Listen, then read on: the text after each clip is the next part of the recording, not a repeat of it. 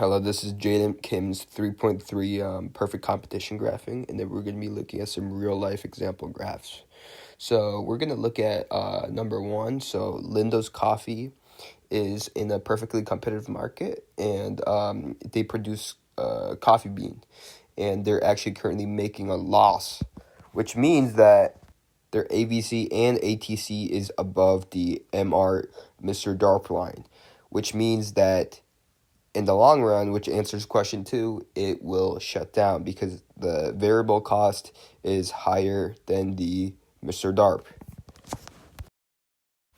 So we can compare this with another type of competitive market. The name is Green Mountain. It is a typical bean producer and is making normal profit. So we can actually draw the line straight from Mr. Darp, and then we can connect it to the line and make chart by chart like that.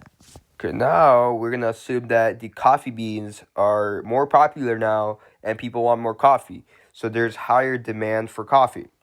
So how will this affect a perfectly competitive coffee market? As demand goes up, there's going to be more firms entering the coffee market, which means that the market prices will eventually go down. And so basically on the short run, the profits are going to decrease for Lindo's Coffee. However, the market equilibrium theory tells us that the market will eventually balance itself and will reach the point of equilibrium.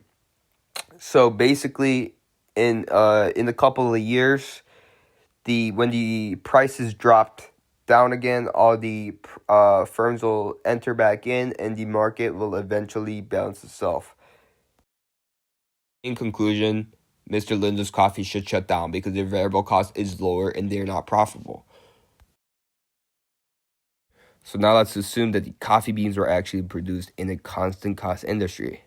So this means that a firm's cost per unit does not depend on the output of the firm, which tells us that the equilibrium price of the firm will stay the same. Thank you for watching. This is by Jaden Kim.